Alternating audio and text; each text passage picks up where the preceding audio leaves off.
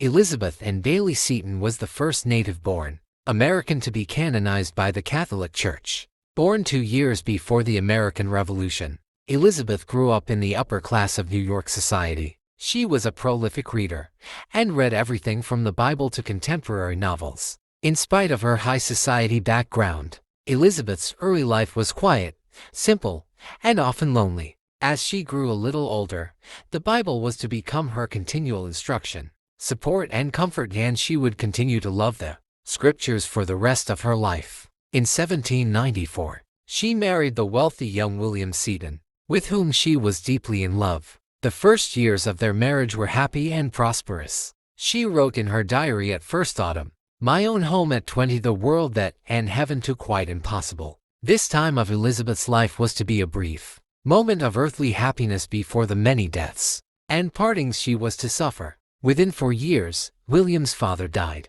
leaving the young couple in charge of William's 7 half-brothers and sisters, as well as the family's importing business. Events moved quickly from there with devastating effect. Both William's business and health failed. He was finally forced to file a petition of bankruptcy and, in a final attempt to save William's health, the Setons sailed for Italy, where William had business friends. Unfortunately, William died of tuberculosis while in Italy. Elizabeth's one consolation was that he had recently awakened to the things of God. The many enforced separations from dear ones by death and distance served to draw her heart to God and eternity. The accepting and embracing of God's will, the will, as she called it, would be a keynote in her spiritual life. Her deep concern for the spiritual welfare of her family and friends eventually led her into the Catholic Church. In Italy, she captivated everyone by her kindness, patience, good sense, wit, and courtesy. During this time, Elizabeth became interested in the Catholic faith and, over a period of months, her Italian friends guided her in Catholic instruction.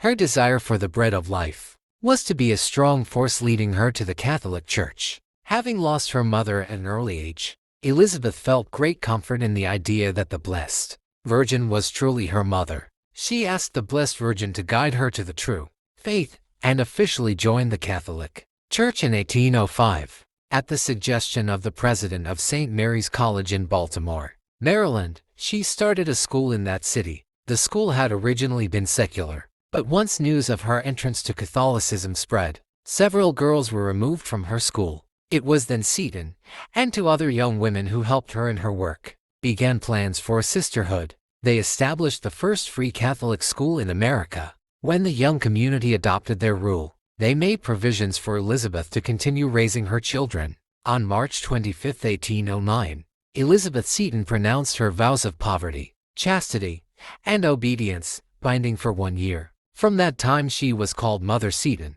Although Mother Seton became afflicted with tuberculosis, she continued to guide her children. The rule of the sisterhood was formally ratified in 1812. It was based upon the rule Saint Vincent de Paul had written for his Daughters of Charity in France. By 1818, in addition to their first school, the sisters had established 2 orphanages and another school. Today, 6 groups of sisters can trace their origins to Mother Seton's initial foundation.